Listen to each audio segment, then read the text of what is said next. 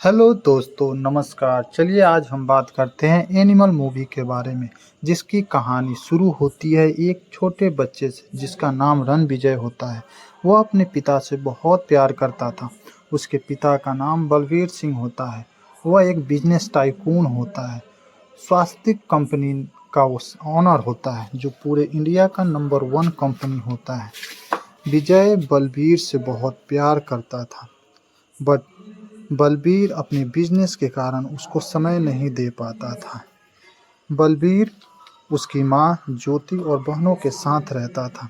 विजय बचपन से ही बलबीर को पसंद करता था, लेकिन बलबीर अपने व्यस्त कार्यक्रम के कारण उसे समय नहीं दे पाता था। एक दिन रीत, जो उसकी बहन होती है, उसको कॉलेज में कुछ लड़कों द्वारा परेशान किया जाता है, और जब विजय को यह बात पता चलता है तो वह AK-47 के साथ उन्हें चेतावनी देने चला जाता है और तथा उसको पीछा करता है। बलबीर को इसके बारे में पता चलता है तो वह उसे अमेरिका के एक बोर्डिंग स्कूल में भेज देता है।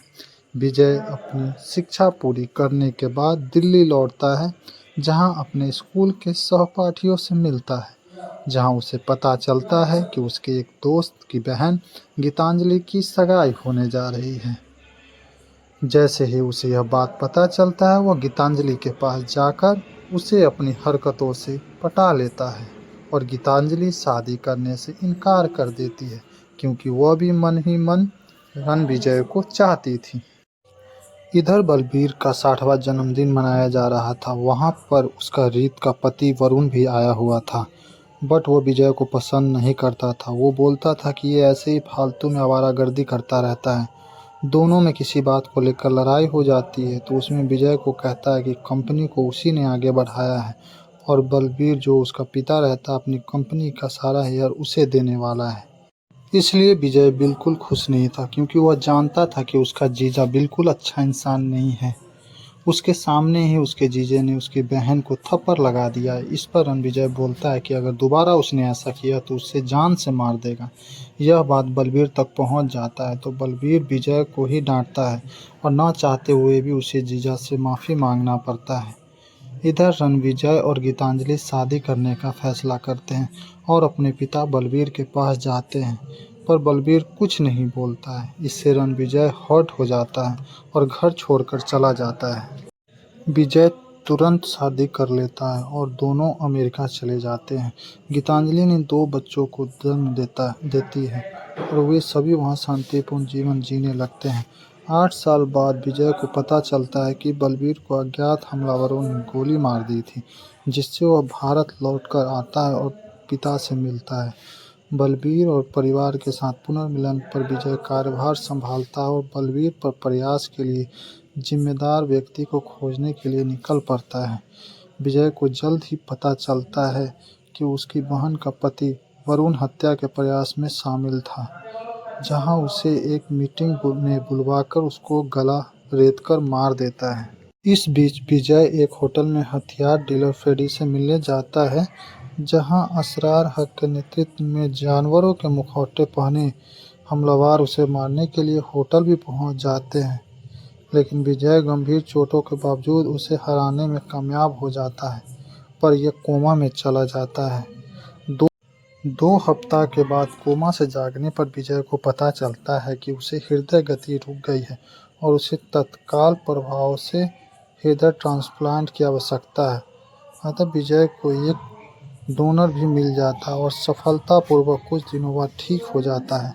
उसे पता चलता है कि डोनर, जो जोया नाम की एक महिला का मंगेतर रहता है, वह उससे मिलता है और अपने मंगेतर को खोने और उससे प्यार करने के गम को कम करने के लिए उसके साथ समय बिताना शुरू कर देता है, जिसके कारण उन दोनों के बीच अफेयर शुरू हो जाता है। जोया रणविजय से प्यार करने लग जाती है और वह बताती है कि डोनर उसका पति या मंगेतर नहीं है, और उसने खुलासा किया कि असरार के छोटे भाई अबरार ने हनी ट्रैप में फंसाने के लिए भेजा था।